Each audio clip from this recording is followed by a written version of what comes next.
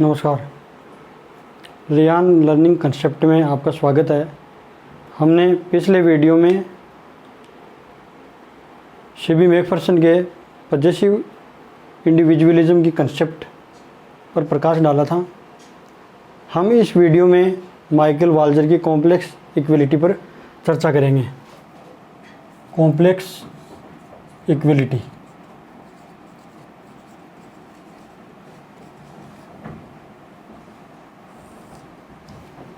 यह कंसेप्ट बहुत ही महत्वपूर्ण है।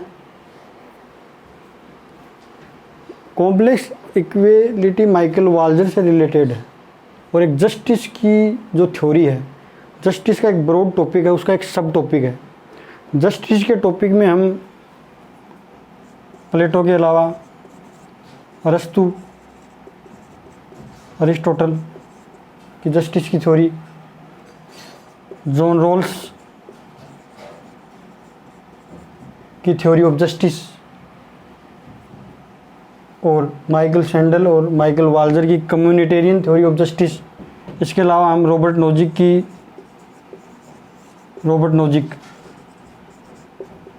की थ्योरी ऑफ जस्टिस, इसके अलावा हम रोनाल्ड डवर्किन की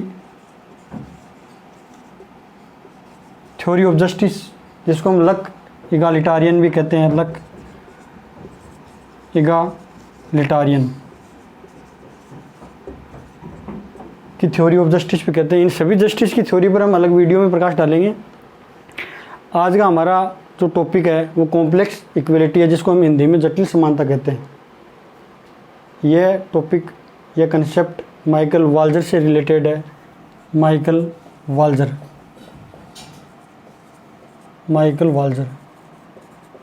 माइकल वाल्जर एक कम्युनिटेरियन थिंकर है। इन्होंने 1983 में एक बुक लिखी, एक मेजर वर्क, बहुत ही महत्वपूर्ण बुक, जिसका नाम है sphere of justice 1983।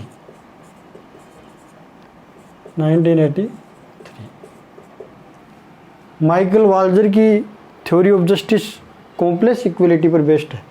Michael Walzer एक कम्युनिटेरियन थिंकर है और जो रोल्स की थ्योरी है, रोल्स की theory of justice liberal theory है, उसका एक कम्युनिटेरियन क्रिटिक पेश करते हैं। कम्युनिटेरियन क्रिटिक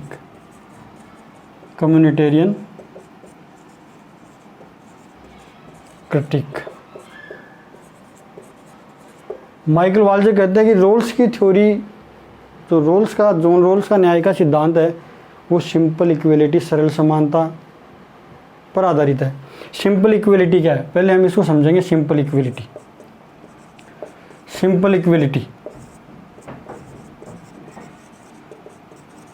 माइकल वाल्जर कहते हैं कि अधिकतर जस्टिस की थ्योरी सिंपल इक्विलिटी पर बेस्ड है। इसमें सिंपल इक्विलिटी में दो चीज़ें इंपॉर्टेंट हैं। एक तो सोसाइटी में जो सोशल गुड्स की जो संख्या होती है वो फिक्स होती है, fix number of social goods, unlimited नहीं होती, fix number of social goods होती है। दूसरा, सोसाइटी में जो जस्टिस का प्रिंसिपल स्थापित किया जाता है वो one universal principle justice theory से रिलेटेड होता है। मतलब एक यूनिवर्सल प्रिंसिपल होता है, उसी यूनिवर्सल प्रिंसिपल पर बेस जस्टिस की थ्योरी बनाई जाती है। सिंपल इक्विलिटी में माइकल वाल्जर एक डायमेंशन को और लेकर, एक एस्पेक्ट को लेकर के जॉन रोल्स की आलोचना करते हैं। जॉन रोल्स की आलोचना करते हुए कहते हैं माइकल वाल्जर, वो कहते हैं जॉन रोल्स जब अपना जस्टिस का प्रिंसिपल बनाता है उस समय वो वेल ऑफ इग्नोरेंस की बात करता है और दो सिद्धांतों की बात करता है, टू प्रिंसिपल ऑफ जस्टिस की बात करता है जॉन रोल्स की थ्योरी दो सिद्धांतों पर बेस है। सोसाइटी में to principles of theory of justice पर बेस है जॉन रोल्स की थ्योरी। जॉन रोल्स के लिए हम एक अलग से वीडियो बनाएंगे। इस टॉपिक को समझने के लिए आप जॉन रोल्स को स्टडी कर लें, उनके प्रिंसिपल ऑफ जस्टिस को ध्यानपूर्वक पढ़ लें। इसके लिए जॉन रोल्स के लिए थ्योरी ऑफ जस्टिस के लिए हम अलग से वीडियो बनाएंगे। दूसरी बात, माइकल वाल्जर ये कहते हैं कि John Rawls veil of ignorance की बात करता है। जस्टिस के प्रिंसिपल कौन बनाएंगे? वे लोग बनाएंगे जो अज्ञानता के आवरण या अज्ञानता के पर्दे के पीछे हैं, विवेकशील हैं और वहाँ वो निष्पक्ष होकर के न्याय के सिद्धांत बनाएंगे। उनको नहीं पता है, उनके कम्युनिटी की कल्चर है, कम्युनिटी की ट्रेडिशंस हैं, कम्युनिटी की वैल्यूज़ है, उनसे वो अटैच ही नहीं है। वो डिटेच होकर के जस्टिस के प्रिंसिपल बनाएंगे वेल ऑफ इग्नोरेंस के पीछे होकर। माइकल वाल्जर कहते हैं कि एक व्यक्ति को उसकी कम्युनिटी से अलग नहीं किया जाता। कम्युनिटी का मतलब है बहुत सारे व्यक्तियों का योग। बहुत सारे व्यक्ति कम्युनिटी में रहते हैं और कम्युनिटी का एक कॉमन गुड होता है, वो उसी गुड में एक इंडिविजुअल का गुड भी शामिल होता है। माइकल वाल्जर कहते हैं कि एक इंडिविजुअल को अलग करके कम्युनिटी की कल्चर, ट्रेडिशंस, उसकी वैल्यूज से अलग करके आप जस्टिस के प्रिंसिपल नहीं बना सकते। जस्टिस के प्रिंसिपल बनाने पड़ेंगे आपको कम्युनिटी को ध्यान में रखते हुए। तो इस प्रकार जॉन रॉल्स की लिबरल थ्योरी की क्रिटिसिज्म के रूप में माइकल वाल्जर अपनी कॉम्प्लेक्स इक्वलिटी की कंसेप्ट को प्रस्तुत करते हैं। अब हम कॉम्प्लेक्स इक्वलिटी की अवधारणा को समझने का प्रयास करेंगे। आप सभी मेरे साथ वीडियो के अंत तक जुड़े रहें। मैं पूरी कोशिश करूंगा कि आपको माइकल वाल्जर की कॉम्प्लेक्स इक्वलिटी समझ में आ जाए। कॉम्प्लेक्स इक्वलिटी का मतलब क्या है? माइकल वाल्जर कहते हैं कि ये सोसाइटी है, इस सोसाइटी में 10 सोशल गुड्स हैं, 10 सोशल गुड्स हैं। 10 सोशल गुड के 10 स्फेयर हैं। सभी सोशल गुड हैं। जैसे हम बात करते हैं सोशल गुड, थोड़ा समझो इसको, ध्यान देना है यहाँ पर। ये इंपॉर्टेंट बात है, यहाँ पर आपको ध्यान देना होगा, तभी ये समझ में आएगी। दिमाग पर थोड़ा जोर देना है। A B C D E F G H I J, ये 10 प्रकार की सोशल गुड्स हैं। 10 प्रकार के स्पेशल क्राइटेरिया हैं, इनके स्पेशल स्पेयर्स हैं। और प्रत्येक सोशल गुड अपना एक सोशल वैल्यू रखती है। सोशल वैल्यू, ये बात आपको याद रखनी है। प्रत्येक सोशल गुड का एक सोशल मीनिंग होता है। सोशल मीनिंग, सामाजिक अर्थ। और ये सोशल मीनिंग कहाँ से प्राप्त करती है ये सोशल गुड? कि लोग किसी वस्तु को कितना महत्व देते हैं। इम्पोर्टेंस, लोग इम्पोर्टेंस कितना देते हैं उस सोशल गुड को, उस सोशल गुड की वैल्यू लोग कितनी करते हैं, लोग उस सोशल गुड से कितना अटैच है, उससे जुड़े हुए हैं सोशल गुड से। उसी के आधार पर एक जस्टिस का प्रिंसिपल बनना चाहिए। तो 10 social goods, 10 social spheres, 10 social meanings अलग अलग, तो 10 जस्टिस के प्रिंसिपल भी 10 हो गए। तो माइकल वाल्जर का मतलब ये है कि सोसाइटी में डिफरेंट स्पेयर्स में डिफरेंट सोशल गुड के लिए डिफरेंट प्रिंसिपल्स बनाने चाहिए। अब हम एक उदाहरण से इसको समझते हैं। A B C D, ये 4 स्पेयर हैं। जस्टिस के प्रिंसिपल के 4 स्पेयर हैं एक सोसाइटी में। और ए पर हम लेते हैं मनी, बी पर हम लेते हैं एजुकेशन। ये सोशल गुड है, ये सोशल गुड है। सोशल गुड क्या होती है इसको थोड़ा सा मैं बता देता हूँ। सोशल गुड का मतलब है कि वह वस्तु जो हमें संतुष्टि प्रदान करे, हमारे व्यक्तित्व के विकास में जो सहायक हो। हेल्थ केयर और पॉलिटिकल पावर।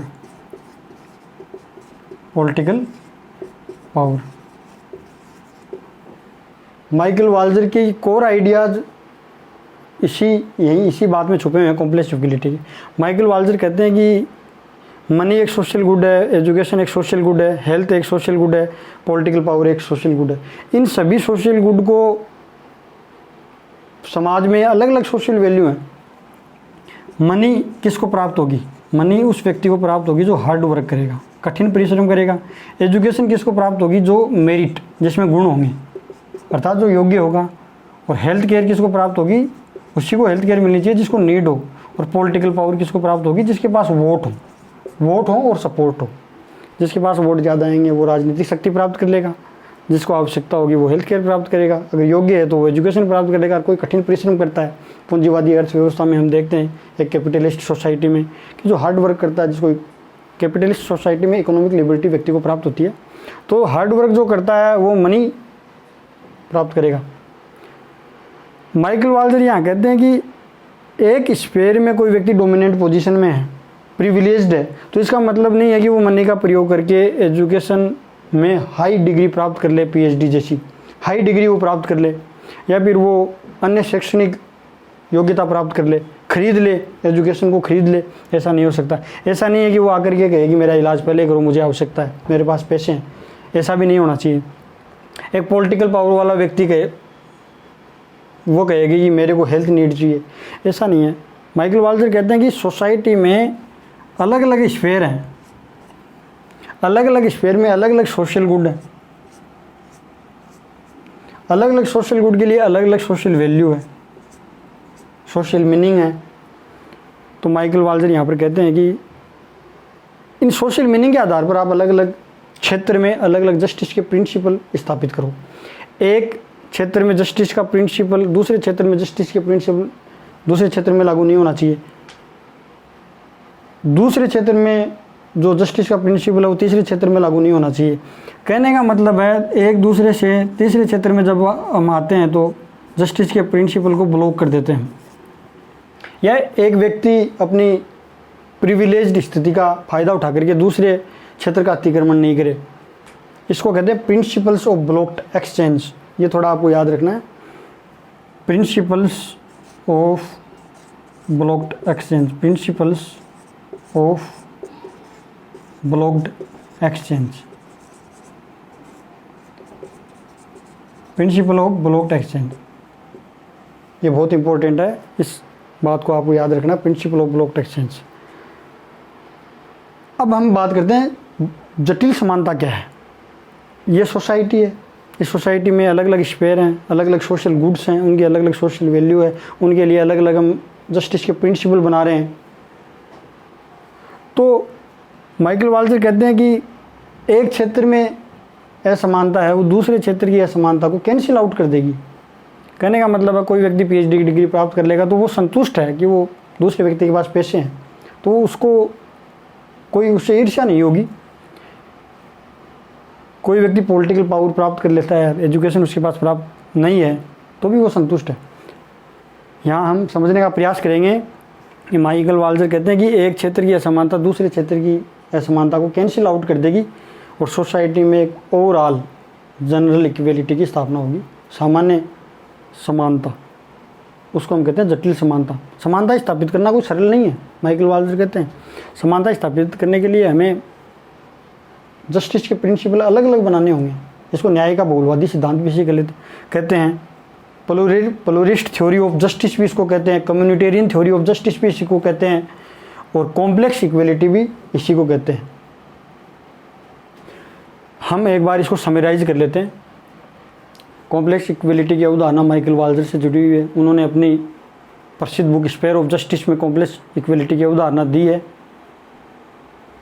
वो जॉन रॉल्स की लिबरल थ्योरी की क्रिटिसिज्म प्रस्तुत करते हैं। वो कहते हैं कि जॉन रॉल्स की थ्योरी सिंपल इक्वेलिटी पर बेस्ड है, सोसाइटी में कॉम्प्लेक्स इक्वेलिटी होनी चाहिए, तभी न्याय का बहुलवादी सिद्धांत लागू होगा। आज का वीडियो यहीं पर समाप्त होता है और उम्मीद है कि आपको माइकल वाल्जर की कॉम्प्लेक्स इक्वेलिटी समझ में आई होगी। अगला वीडियो हम रॉबर्ट नोजिक पर बनाएंगे, उनके एंटाइटलमेंट थ्योरी ऑफ जस्टिस। और एक प्रश्न है कि रॉबर्ट नोजिक टैक्स को फोर्स्ड लेबर क्यों कहते हैं। टैक्स को फोर्स्ड लेबर की संज्ञा रॉबर्ट नोजिक के द्वारा क्यों दी गई है, इस पर भी हम डिस्कस करेंगे। Thank you.